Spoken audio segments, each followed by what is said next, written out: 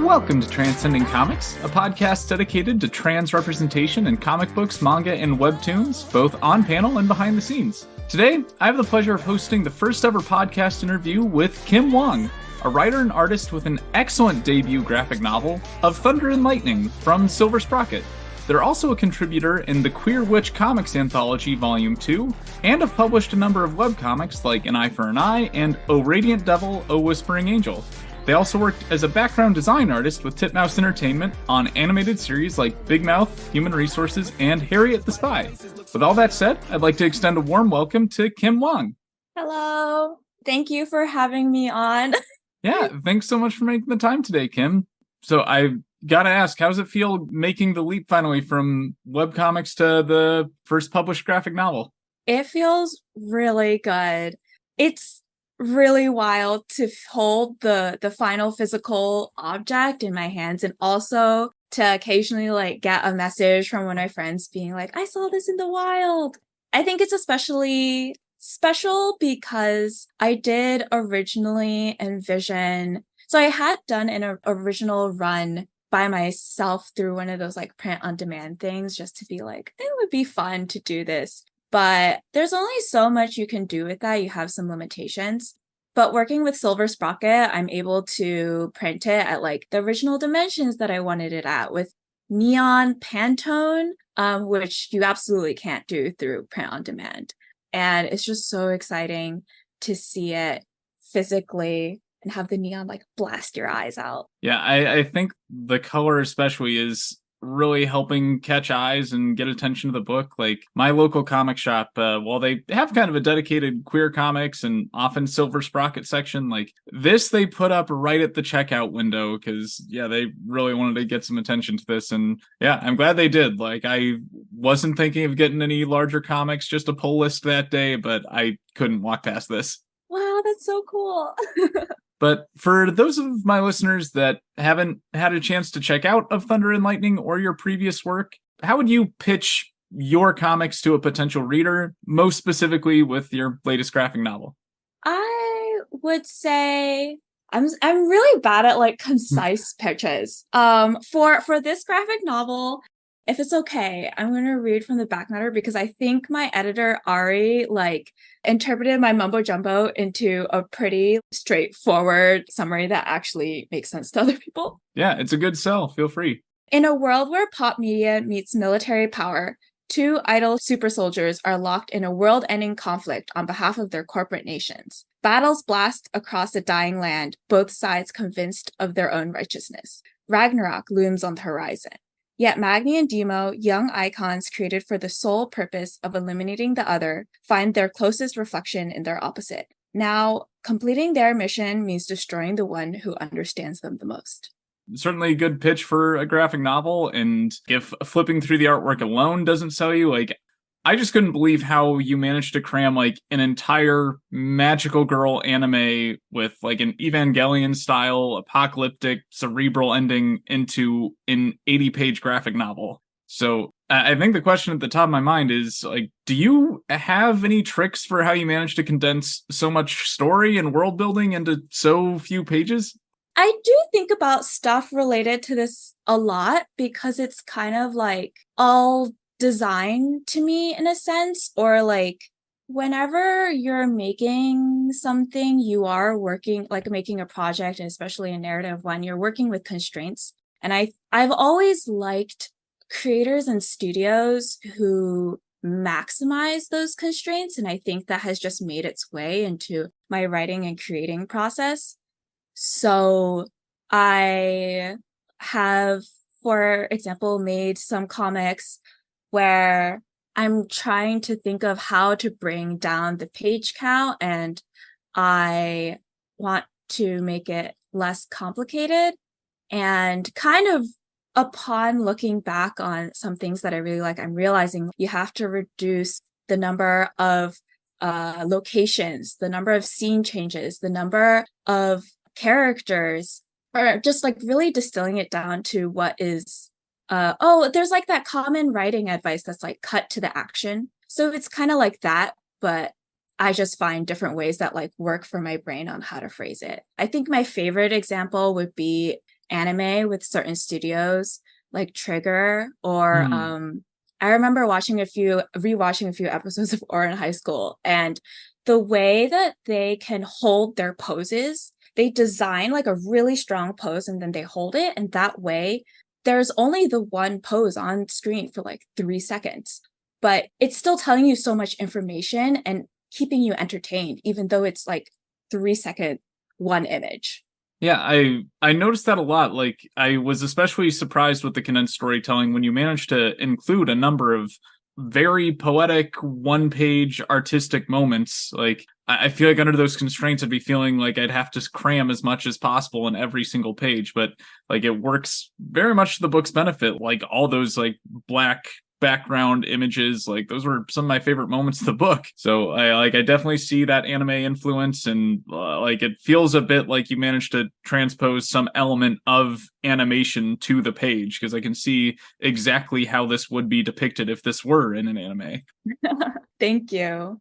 I'm someone who loves spot blacks, and I think that comes from one of my major inspirations being Land of the Lustrous by Haruko Ishikawa. So she really likes, especially early on, these very strongly designed panels, action that makes panels, and this idea of like repetition. I mean, that comes more from like the Buddhist influence on the manga, but she was definitely a huge inspiration, I guess, like to my general style, and it made its way into Thunder and Lightning.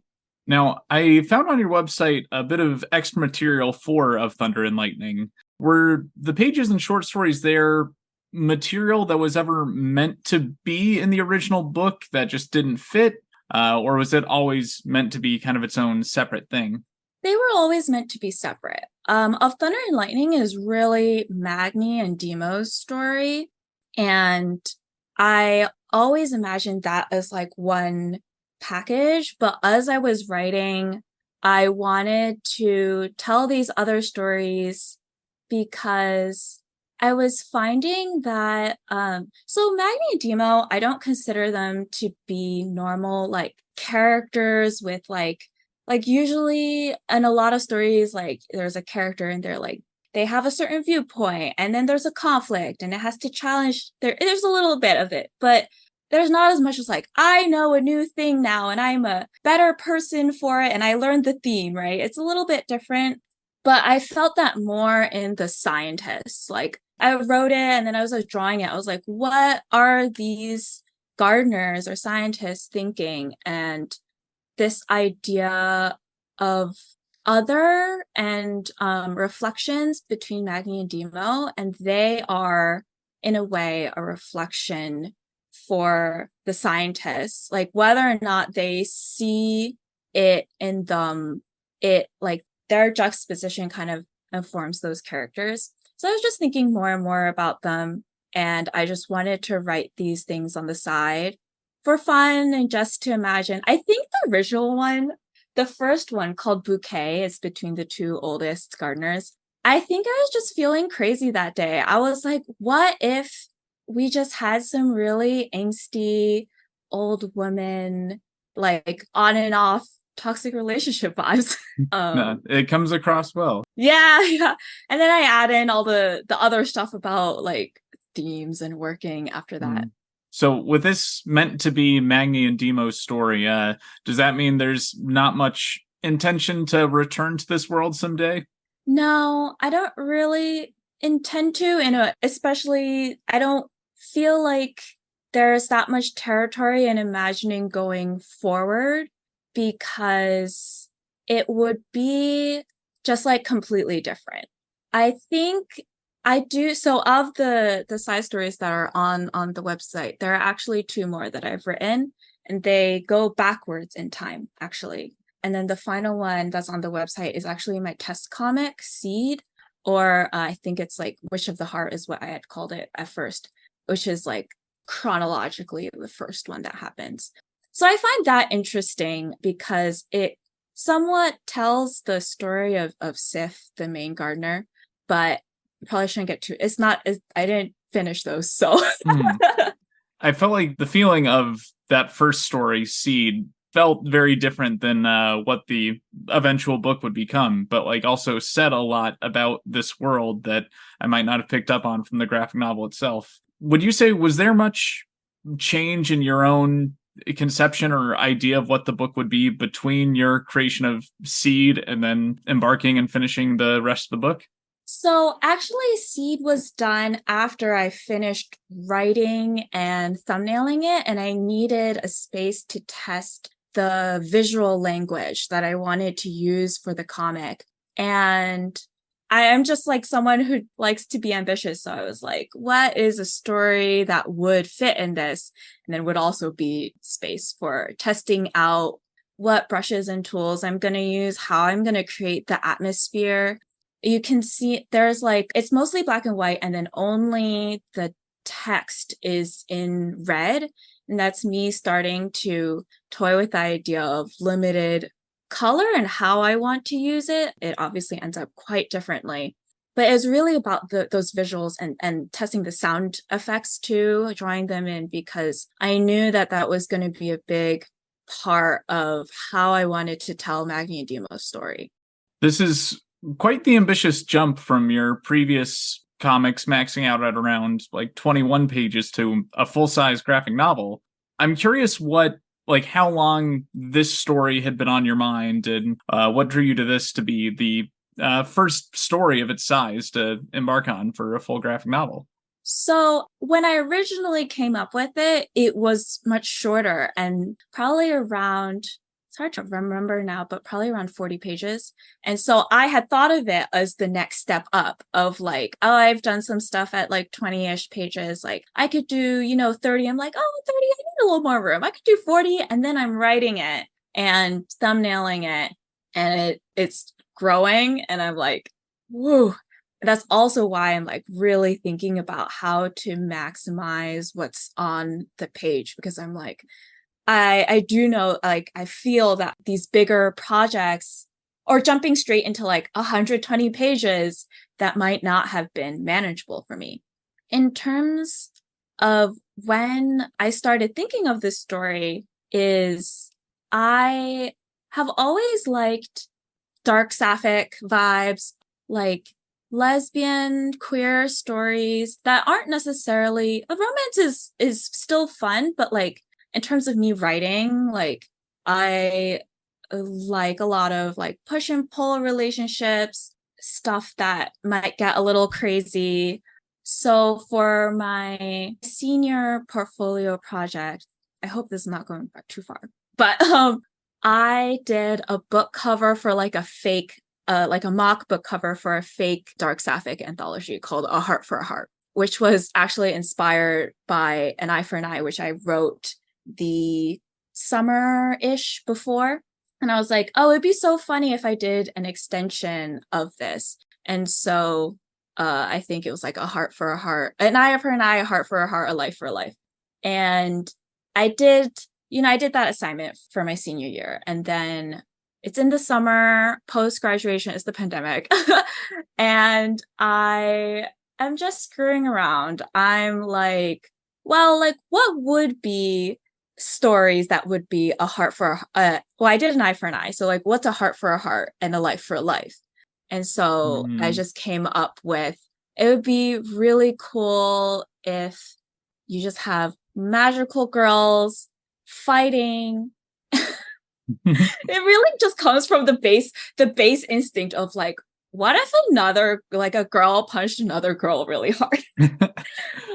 And also this idea of being like a weapon for a larger entity that might have kind of control over your agency, and whether through being raised or like engineered in a certain way, your vocabulary for how you express your feelings and your life and connections with other people are just like reduced more and more, but like you have those feelings nonetheless. And that's really the core of like how I thought of Magni and Demo's relationship, where they don't really own anything about themselves. They're company property. They can't determine what they do. They can't determine how they look. They can't determine what they're referred to like their names, appearance, or anything, but like they still feel what they feel. And words may be taken away from them, but they can't deny what a connection that they feel to another person. So is that what, when we see throughout the book the various names and words blacked out as if they've been redacted, is that us seeing their language being taken away from them and their vocabulary lessened? Yeah, it's kind of like a piece of that where one, am not good at naming characters. And I was like, oh, I don't want to name all these gardeners. So how can I get around it? But also am working in a way that makes sense to the story. And I was like, well, this company owns everything. They own the countries and they're shaping the narrative and like lore of like the news and what's being the information that's being passed around. And so Magni and then Demo is I don't know what the word it is, but the original name is Modi. Those are sons of Thor, and Yggdrasil is also Nordic, and then Ragnarok is also like comes from that kind of mythology. So anything that falls outside of that mythology, including people's names, get blacked out because they aren't determined valuable in this world. They're not like, their identity is not seen by the company that determines all. Gotcha. And in contrast with the Nordic themes under Yggdrasil and that particular company, I notice that the Empire, right, that's Modi's side, like they have the Ark, and Modi themselves has a very angelic appearance about them. For the Empire, were you leaning more towards like Judeo-Christian mythology with their visual themes, or was this mostly sticking to just the Norse themes? It was pulling from like biblical imagery, and I chose these two primarily actually because it's not really about the original Norse myth and original Bible sources, but about these companies that have subsumed all and are recreating the world in their image, but it's like a pretty lacking image. It's very like regurgitated, recycled. So in 2020, there's a lot of talk about like returning to the past. So that had kind of came in as well. And so these two, so Nordic and biblical images are probably the most, from what I've seen, common ones to come up in, for example, like JRPGs. And that's the kind of vibe that I was going for, that they like have made themselves into this really stereotypical company. You mentioned the dark-sapphic influence on this and your previous work. And I mean, there's obviously magical girl influence throughout the book, but I'd love to hear what some of the main like specific works or specific influences were for you going into this story. I remember thinking about this a while ago and then realizing like, oh, this is just like my top favorite things, but it happens. So I mentioned Land of the Lustrous. That's definitely one of them. Another one is Penguin Drum, Mawaru Penguin Drum, an anime directed by Ikuhara, who did Utena. I had not seen Utena when I wrote / thumbnailed this, and I watched it in the middle of working on it because I was like, people are going to ask me about this and I have to know what this is all about. I really do like it. But the influence is definitely Penguin Drum, and Nier Automata was another one. I'm playing through that right now for the first time and it's been blowing me away. Nier Automata is a really cool game. I should replay it because I blitzed through it over one spring break, like 1 week, 2 week period. But I really liked the storytelling method and the changing of the game mechanics to suit a certain section. This idea of like an other that you realize is not such a flat enemy as you thought. Those kind of themes always speak to me. So I really enjoyed it. Now, you had mentioned certain constraints in going into this, like needing to limit locations, characters, and other aspects of the book. And with this being so Magical Girl inspired, I was kind of surprised at first that, like, though we get this lineage for both Magni and Demo of the previous forms, we never see them as like a Magical Girl team. Was that a decision made out of those constraints? Like, had there ever been a plan to like fill them out as like part of a Magical Girl team, or were they always meant to be solo heroes in conflict? They were always meant to be solo heroes. I think I hadn't really considered it, but I probably would not have done it for constraint reasons, which is like you need to introduce everybody, you need to fit everybody on the page and flesh out the interactions kind of enough. I think ensemble cast stuff is really fun. I am personally a little bit intimidated. It's something I want to tackle at some point, but I am a little bit intimidated because I'm like, oh, like I overthink things. I am a perfectionist. So I'm like, it has to be perfect. Everyone has to have their arc and like their little relationship thing. So the other part may be that I actually didn't grow up off of Magical Girl animes as a kid. Well, one, I didn't have like a lot of the channels that people might see those on, but two, I was very much more a shonen head.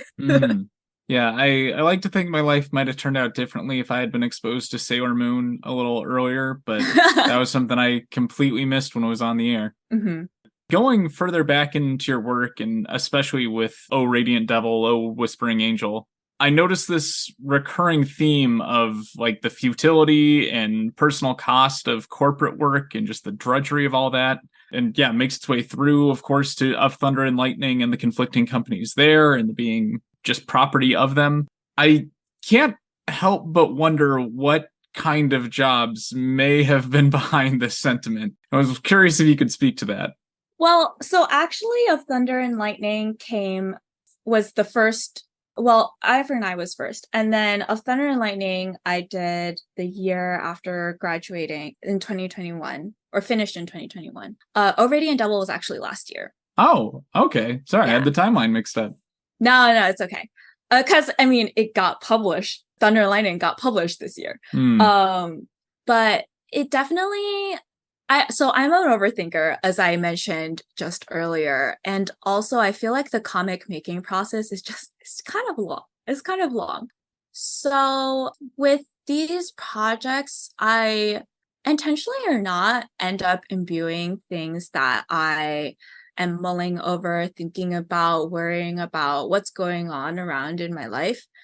And so for Of Thunder and Lightning, what happened is that I graduated and I was looking for a job. I had actually gotten a job, and that's the exact reason why I started this book. But it's not because I didn't have these feelings because of the job that I got.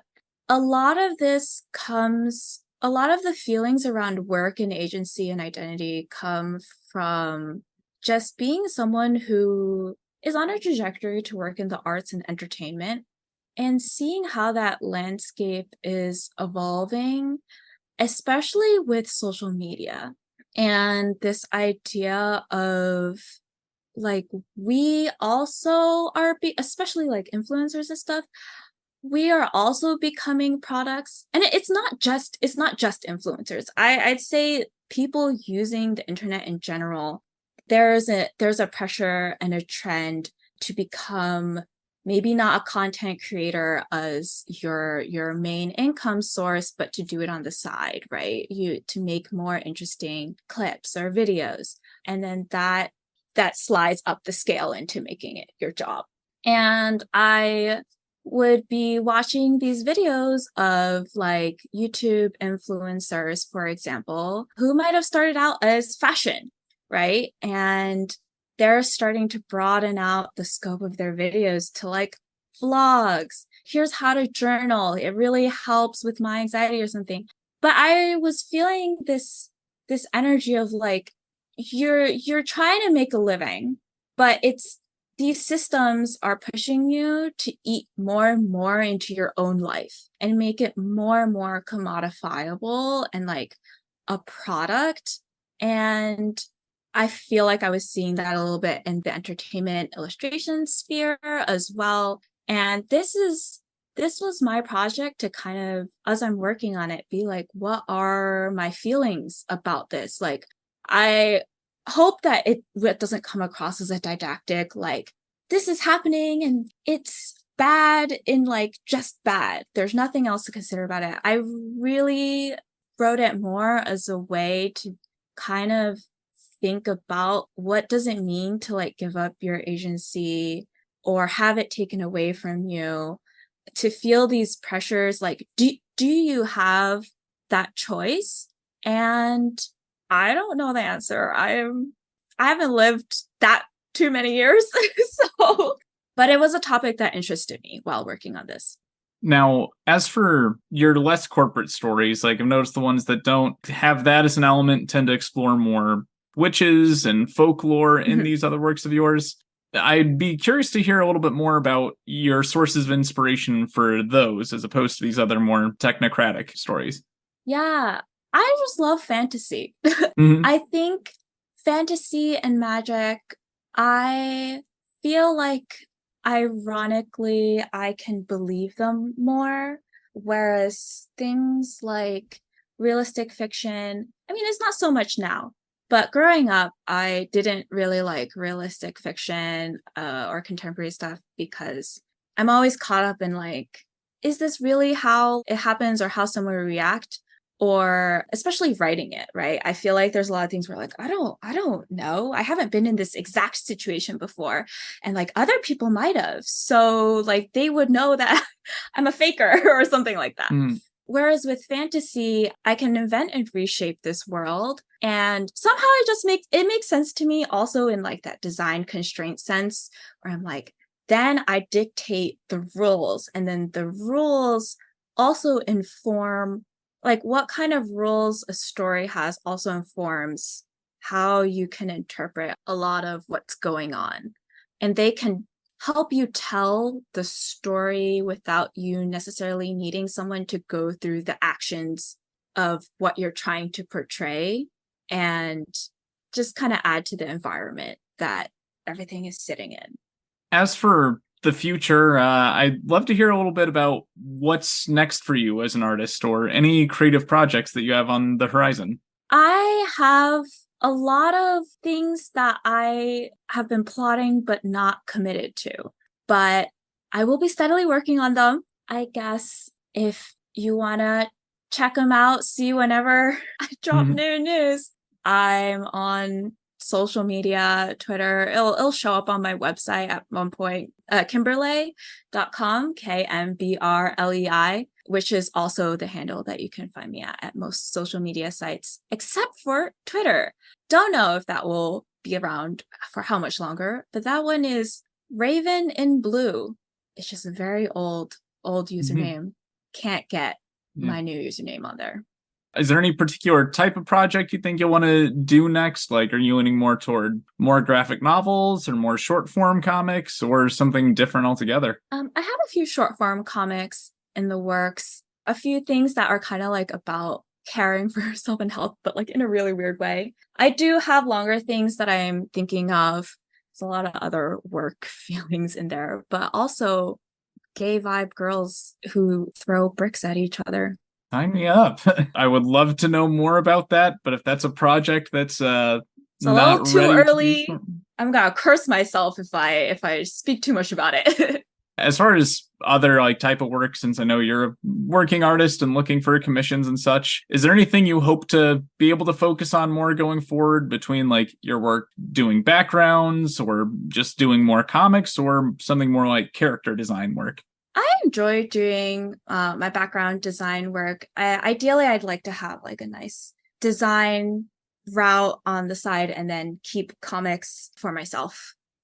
I think that does about cover everything I had prepared for you this week, but I do like to end off on just one more unrelated question of the week. And given the themes of this book and some of the things you've mentioned already, I want to know what magical girl you think is best. Is best?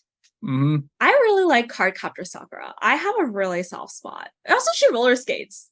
We talked about roller skating before this episode, but right. Yeah, and your bio mentions roller skating very specifically as one of like your main interests. So, like, Are you ever going to give us a roller skating character or explore the world of roller skating in your future work? Girls who throw bricks at it. Well, it's not a brick, it's a trophy, but I shorten it to brick. Girls who throw trophies at each other, they're roller skating, kind of. Okay, you keep selling me on this, and I'm like every little detail, I'm a little more sold. But I just want to thank you one last time, Kim, for making the time to come on the show. I really can't say enough how much I like this work. And for everyone else who has the time to check out Of Thunder and Lightning, I do recommend you check out Kim's website as well, because I think the extra material is excellent and a great addition. So they've got a lot to offer in the way of comics. Thank you so much. If the listeners at home have requests or recommendations for comics or creators you'd like us to cover in the future, you can send them our way on social media. You can find us on the Transcending Comics Instagram and Facebook page, or Twitter as @TranscendComics, or email us at transcendingcomics@gmail.com. I'd like to thank you for giving our podcast a chance, and give a special shout out to Ray Day Parade for designing our logo. Our intro and outro music this week is A Little Soul and You've Been Starring by Carlson. Join us again next week as we continue transcending boundaries and exploring the colorful world of trans, non-binary, and genderqueer representation in comic books of all kinds. As the curtains fall on this episode of Transcending Comics, remember that comics have the power to inspire change in countless worlds, including our own. Keep reading, keep writing, and keep transcending.